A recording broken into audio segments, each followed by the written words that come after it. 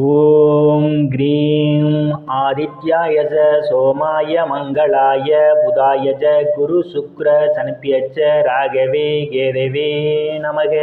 உலகை கட்டி காக்கும் பரமேஸ்வரன் பார்வதியின் திருவருளால் அனைவரும் நலமுடன் வாழ அந்த எல்லாம் வல்ல இறைவனை வணங்கி நேயர்கள் அனைவருக்கும் எனது அன்பான வணக்கங்களை தெரிவித்துக் கொள்கின்றேன். இன்றைய பதிவிலே நாம் பார்க்க இருப்பது செப்டம்பர் மாதத்திற்கான ராசி பலன்கள். முதலில் கிரகங்களின் நிலைகளை பற்றி பார்க்கலாம். செப்டம்பர் மாதம் 1ஆம் தேதி வாக்கிய பஞ்சாங்கத்தின்படி கிரகங்களுடைய நிலைகள். மிதுன ராசியிலே குரு பகவான் பயணம் செய்து கொண்டிருக்கிறார்.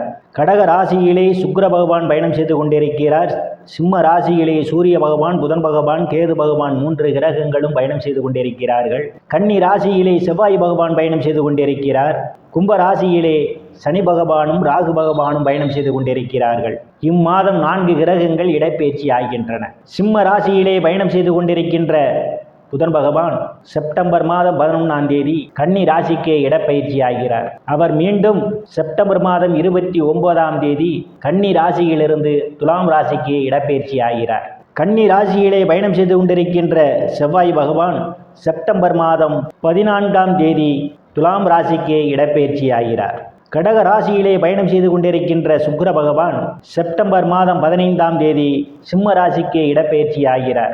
சிம்ம ராசியிலே ஆட்சி பலத்தோடு பயணம் செய்து கொண்டிருக்கின்ற சூரிய பகவான் செப்டம்பர் மாதம் 17ஆம் தேதி சிம்ம ராசியிலிருந்து கன்னி ராசிக்கு இடப்பெயர்ச்சி ஆகிறார். நான் கூறக்கூடிய பலன்கள் அனைத்தும் கோச்சார ரீதியான உலக மக்கள் அனைவருக்குமான பொது பலன்கள். உங்களுடைய சுய சாதகத்தில் கிரகங்கள் இருந்த நிலைமையும் தற்போது நடக்கக்கூடிய தசாபுத்தியின் கணக்கில் எடுத்துக்கொண்டு பலன்கள் எடுக்கும் போதுதான் துல்லியமான பலன்களை எடுக்க முடியும். உங்களுக்கு துல்லியமான பலன்கள் நீங்கள் தெரிந்து கொள்ள விரும்பினால் உங்களுடைய பெயர், பிறந்த தேதி, பிறந்த நேரம், பிறந்த ஊர் ஆகியவற்றை எனது வாட்ஸ்அப் எண்ணிற்கு அனுப்பி வைத்து பலன்களை தெரிந்து கொள்ளலாம்.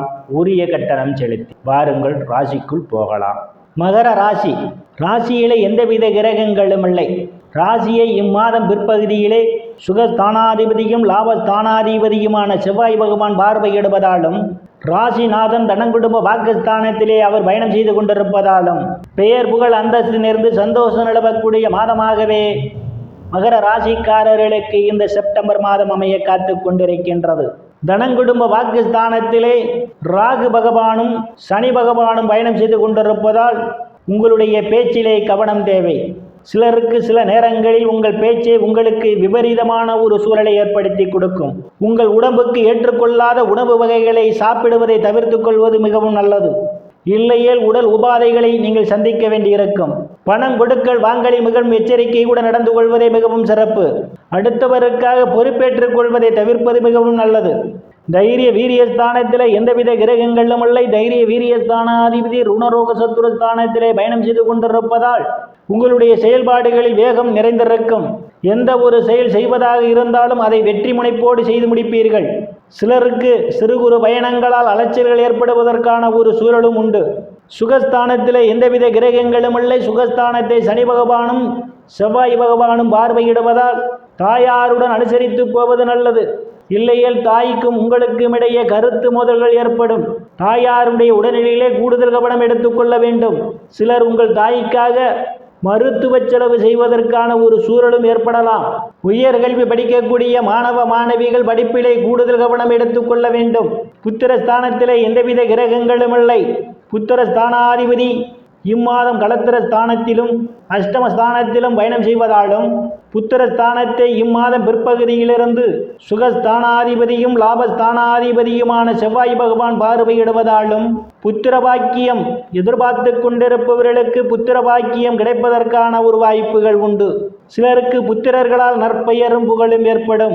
சிலர் புத்திரர்களுக்கு சுப நிகழ்ச்சிகளை நடத்துவீர்கள். காது குத்து, திருமணம் போன்ற சுப நிகழ்ச்சிகள் நடத்துவதற்கான ஒரு வாய்ப்புகளும் தேடி வரும். கலைத்துறையை சார்ந்தவர்களுக்கெல்லாம் புதிய வாய்ப்புகள் தேடி வருகின்றது.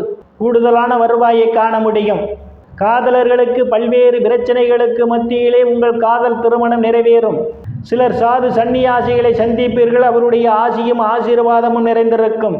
ருணரோக சத்துரு ஸ்தானத்திலே குரு பகவான் பயணம் செய்து கொண்டிருப்பதால் நீண்ட நாட்களாக வங்கி மற்றும் நிதி நிறுவனங்களில் கடனுக்காக விண்ணப்பித்திருந்தால் உங்களுக்கு வங்கியாளர்கள் அழைத்து கடன் கொடுப்பதற்கு தயாரான சூழ்நிலையில் இருப்பார்கள். சிலர் பழைய கடனை அடைத்து புதிய கடன் வாங்குவீர்கள். களத்திர ஸ்தானத்திலே சுக்கிர பகவான் இம்மாதம் 15ஆம் தேதி வரை பயணம் செய்து கொண்டிருப்பதால் முற்பகுதி கணவன் மனைவி இடையே ஒரு அந்யோன்யம் நிகழும். வேலை விஷயமாகவும் கருத்து வேறுபாடு காரணமாகவும் பிரிந்த தம்பதிகளெல்லாம் ஒன்று சேர்வீர்கள். ஆனால் இம்மாதத்தினுடைய பிற்பகுதியிலே கணவன் மனைவியிடையே ஒருவருக்கொருவர் விட்டு கொடுத்து போவது நல்லது. இல்லையேல் சண்டை சச்சரவுகள் ஏற்படுவதற்கான ஒரு சூழலும் உண்டு.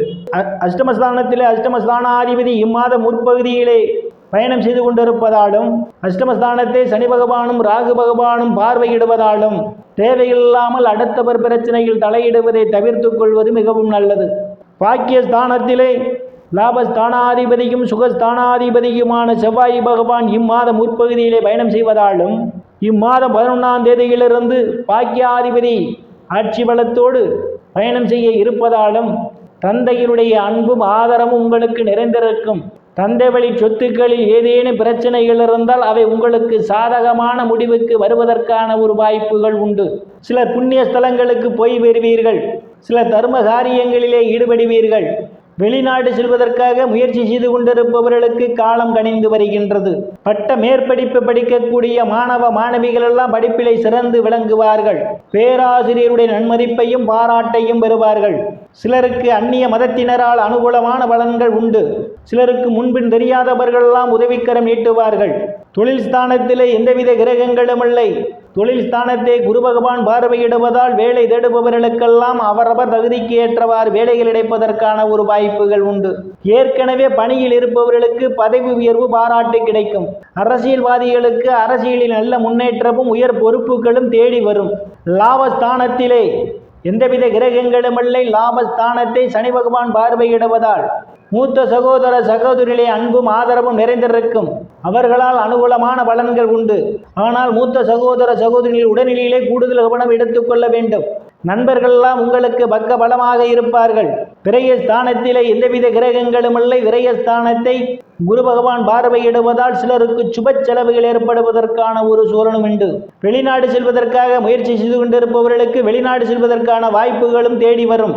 நேயர்கள் அனைவரும் இறைவனுடைய திருவருளால் அனைத்து செல்வச் செழிப்பும் பெற்று சிறப்புடன் வாழ அந்த எல்லாம் வல்ல இறைவனை வணங்கி நேயர்களை மீண்டும் அடுத்த பதிவில் சந்திக்கும் வரை விடைபெறுவது ஜோதிடர் எஸ் ராமன். நன்றி, வணக்கம்.